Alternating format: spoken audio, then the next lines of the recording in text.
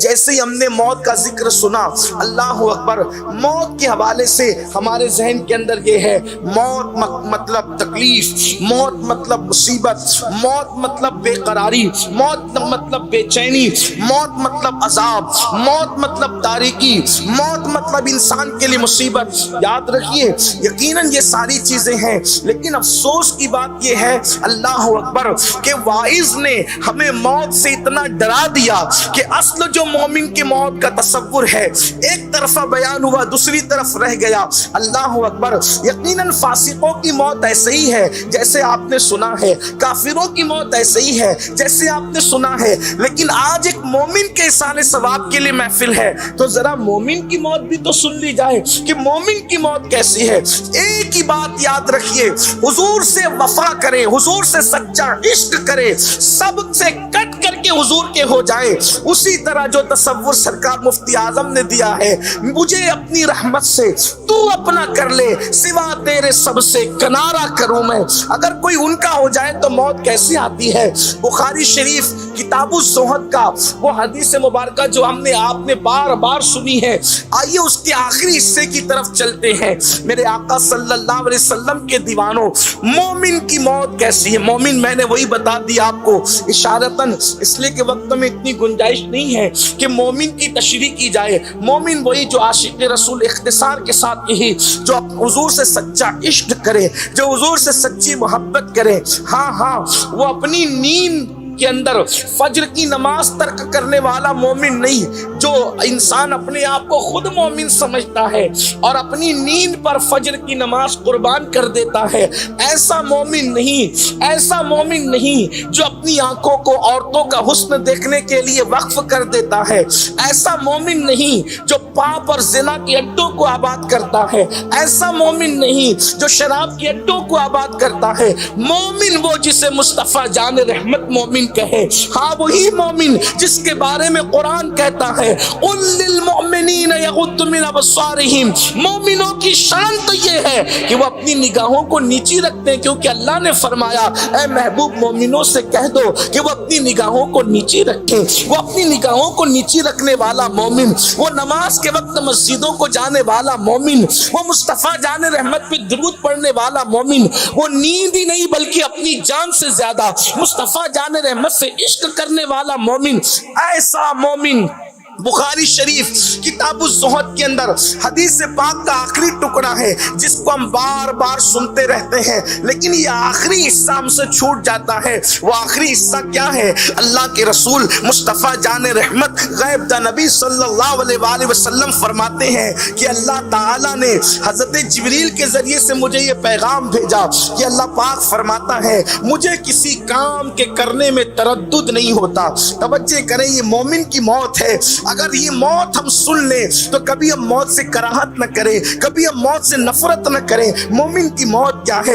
حضرت جبریل نے مصطفیٰ جان رحمت سے آ کر عرض کیا کہ اللہ فرماتا ہے مجھے کسی کام کے کرنے میں تردد نہیں ہوتا۔ تردد کسے کہتے ہیں؟ یہ ذات باری کے لیے، اگرچہ ہم ڈائریکٹ نہیں کہتے لیکن آپ کو سمجھانے کے لیے صرف بتا دوں، تردد کس کو کہتے ہیں؟ تردد کہتے ہیں، یہ اللہ کے لیے نہیں کہہ رہا ہوں، آپ کو سمجھانے کے لیے الگ سے کہہ رہا ہوں۔ تردد کہتے ہیں کسی کام کے کرنے میں انسان سوچے کہ میں یہ کام کروں کہ نہیں کروں۔ آپ کہتے ہیں نا یار مجھے تردد ہو رہا ہے کہ میں دبئی سے انڈیا جاؤں کہ نہیں جاؤں، میں محفل میں جاؤں کہ نہیں جاؤں، میں یہ کام کروں کہ نہیں کروں، اس کو کہتے ہیں تردد۔ اللہ اکبر، یعنی کسی کام کے کرنے پر انسان کے ذہن میں یہ بات آئے کہ یہ کام میں کروں کہ نہیں کروں، یہ ہے تردد کا مطلب۔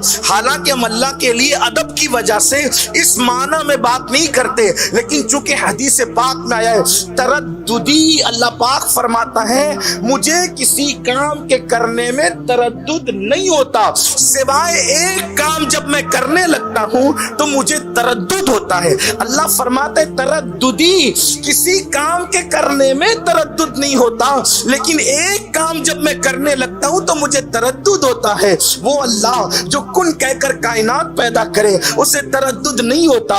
وہ اللہ جو زندہ سے مردہ اور مردے سے زندہ پیدا کرے اسے تردد نہیں ہوتا. وہ اللہ جو ابو جہل کے گھر میں اکرمہ جیسا صحابی پیدا کرے اسے تردد نہیں ہوتا. صحابی کے گھر میں یزید جیسا جہنمی پیدا کرے تردد نہیں ہوتا. نبی کے گھر میں کنعان جیسا پیدا کرے تردد نہیں ہوتا. اللہ اکبر. اور کنعان جیسے بلکہ اس سے بھی بدتر لوگوں کے یہاں اللہ تبارک و تعالی اپنے پیارے محبوبوں کو پیدا کرے اسے تردد نہیں ہوتا. وہ پتھروں میں پھول پیدا کرے تردد نہیں ہوتا. وہ گرمیوں کے موسم میں جو مشہور ہے بارش برسائے تردد نہیں ہوتا. وہ زمین کو پھاڑ کے اناج نکالے تردد نہیں ہوتا. وہ جو چاہے کرے تردد نہیں ہوتا. لیکن تردد اس کو کب ہوتا ہے؟ اللہ فرماتا ہے حدیث پاک ہے بخاری شریف کی حدیث کہ جب میں کسی مومن کی موت کا فیصلہ کرنے لگتا ہوں, جب میں کسی مومن کو موت دینے لگتا ہوں اس وقت مجھے تردد ہوتا ہے. کیوں تردد ہوتا ہے؟ خود فرماتا ہے کہ مجھے تردد اس لیے ہوتا ہے کہ میں تو مومن کی موت کا فیصلہ کروں اور وہ اس کو ناپسند کرے تو مجھے تردد ہوتا ہے. مومن سے پیار اتنا ہے کہ اس کی موت کا فیصلہ کرتے وقت قدرت کو بھی تردد ہوتا ہے. تو پھر پوچھا گیا کہ اللہ پھر تو کرتا کیا ہے؟ اللہ پھر تو کرتا کیا ہے؟ تو حدیث پاک میں آتا ہے اللہ اس مومن کی موت کا فیصلہ کرنے سے پہلے اس کے پاس فرشتوں کو بھیجتا ہے. اللہ مومن کی موت کا فیصلہ کرنے سے پہلے وہ مومن جو میں نے بیان کیا, وہ مومن جسے قرآن مومن کہے, وہ مومن جسے حدیث مومن کہے, وہ مومن جسے مصطفیٰ جان رحمت مومن کہے, وہ مومن نہیں جس کو ہم اپنی طبیعت سے مومن کہے. تو میرے آقا علیہ السلام فرماتے ہیں جبریل کے ذریعے مجھے کہا گیا, جبریل نے بیان کیا, اللہ فرماتا ہے کہ پھر اس کے پاس فرشتے بھیجے جاتے ہیں. ایک دو فرشتے نہیں بلکہ فرشتوں کی جماعت آتی ہے جس کے مضمون کو قرآن یوں بیان کرتا ہے. اب قرآن دیکھو وہ مضمون بیان کر رہا ہے, دونوں مضامین آپ کو یکساں ملیں گے. دیکھیں قرآن کہتا ہے ان الذین قالوا ربنا اللہ ثم استقاموا تتنزل علیہم الملائکہ الا تخافوا ولا تحزنوا وابشروا بالجنۃ التي کنتم توعدون. اللہ فرماتا ہے میں اس کے پاس فرشتوں کی جماعت بھیجتا ہوں. تتنزل علیہم الملائکہ عربی کا قاعدہ ہے, ہر زبان کا قاعدہ الگ لیکن عربی کا قاعدہ الگ. ہر زبان میں واحد ہے اور جمع ہے, عربی زبان میں ایسا نہیں ہے. نمبر ایک عربی میں واحد ہے, پھر تثنیہ ہے, پھر جمع ہے, پھر جمع قلت ہے, پھر جمع کثرت ہے. یہ عربی کا قاعدہ ہے. اب آپ دیکھیں واحد تثنیہ, واحد ایک کے لیے, تثنیہ دو کے لیے, جمع قلت ایک سے لے کے 9 تک اور جمع کثرت 10 سے لے کر کے پھر لا محدود, اس کو جمع کثرت کہتے ہیں. تو یہاں قرآن نے واحد نہیں کہا, تثنیہ نہیں کہا, جمع قلت نہیں کہا, بلکہ کیا کہا تتنزل علیہم الملائکہ کہ 1 2 8 9 فرشتے نہیں آتے. یعنی جمع قلت کا بھی سیگا نہیں بلکہ جمع کثرت کا سیگا ہے. یعنی اس مومن کے پاس ہزاروں فرشتوں کی جماعت آ جاتی ہے. مرنے سے پہلے اس کے پاس ہزاروں فرشتوں کی جماعت آتی ہے. لوگ کہتے ہیں یہ سب سے بھاگتا کیوں ہے, لوگ سوچتے ہیں یہ ملول ملول کیوں ہے, لوگ سوچتے ہیں یہ سب سے جدا جدا کیوں ہے. ارے نادان, اب اس کے سامنے وہ جو فرشتوں کا جلوہ ہے حدیث پاک میں آتا ہے جہاں تک اس کی نظر جاتی ہے وہاں تک اس کو فرشتوں کی قطار نظر آتی ہے. وہ گم سم جو رہتا ہے تو وہ فرشتوں کو دیکھ کر, یعنی وہ چاہتا ہے کہ ہم یہاں سے ہٹے کیونکہ وہ جلوہ. آقا علیہ السلام فرماتے, فقیہ ابو اللہ سمرقندی, یہ بخاری کی حدیث نہیں ہے, یہ فقیہ ابو اللہ سمرقندی نے تنبیہ الغافلین میں لکھا ہے, ایسی خوشبو لاتے ہیں فرشتے ساتھ میں اور ایسی جو وہ نورانی چہروں کے ساتھ آتے ہیں کہ مومن ان کو دیکھ کر حیران رہتا ہے, حیران متحیر رہتا ہے. یہ مومن کی موت ہے. تو پھر قرآن کیا کہتا ہے؟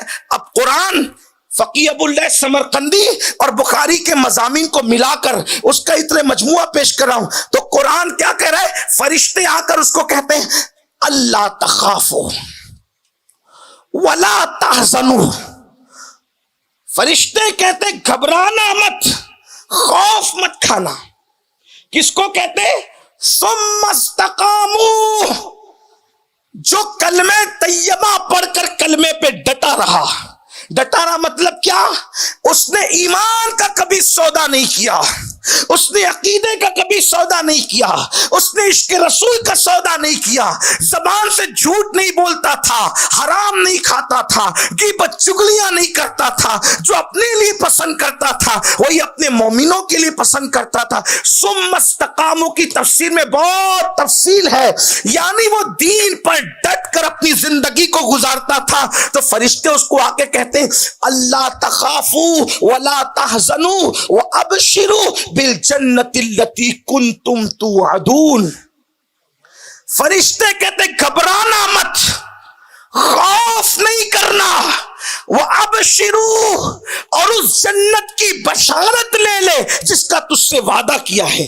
یعنی زمین پر اس کو بیٹھے بیٹھے وہ جنت کے مناظر کی بشارت دی جاتی ہے۔ تو وہ بندہ فرشتوں سے، یہ تو قرآن کا مضمون مکمل ہوا یہاں، اور آگے قرآن بھی کہتا ہے نحن اولیاؤکم فی الحیات الدنیا وفی الآخرہ، پھر آگے مضامین آ رہے ہیں، لیکن یہاں آیت کا مضمون پورا ہوا کہ وَأَبْشِرُوا بِالْجَنَّةِ الَّتِي كُنْتُمْ تُوعَدُونَ۔ اس دنیا میں بیٹھے بیٹھے اس جنت کی بشارت لے جس کا تجھ سے وعدہ کیا گیا ہے۔ تو اب وہ مومن خود کہتا ہے فرشتوں یہ جو تم جنت کی نعمتیں گنا رہے ہو، دیدار یار کی باتیں کر رہے ہو، یار کے دیدار کا معاملہ بیان کر رہے ہو، ارے یہ ملے گا کب یہ تو بتاؤ۔ تو فرشتے کہتے ہیں او ایمان والے، جب تک تو موت کی لذت نہیں چکھے گا اس وقت تک تجھے یہ مقام نہیں ملے گا۔ تو وہ مومن خود اس فرشتوں سے کہتا ہے او فرشتوں دیر کس بات کی ہے، ذرا جلدی کرو نا، میں مرنا چاہتا ہوں۔ تو ادھر مومن مرنے کی تیاری کرتا ہے، اس کے بعد اللہ اس کی موت کا فیصلہ کرتا ہے۔ پہلے مومن کہتا ہے کہ مجھے چلنا ہے، پہلے مومن کہتا ہے کہ مجھے چلنا ہے، اس کے بعد قدرت اس کی موت کا فیصلہ کرتی ہے۔ یہ ہوتی ہے مومن کی موت۔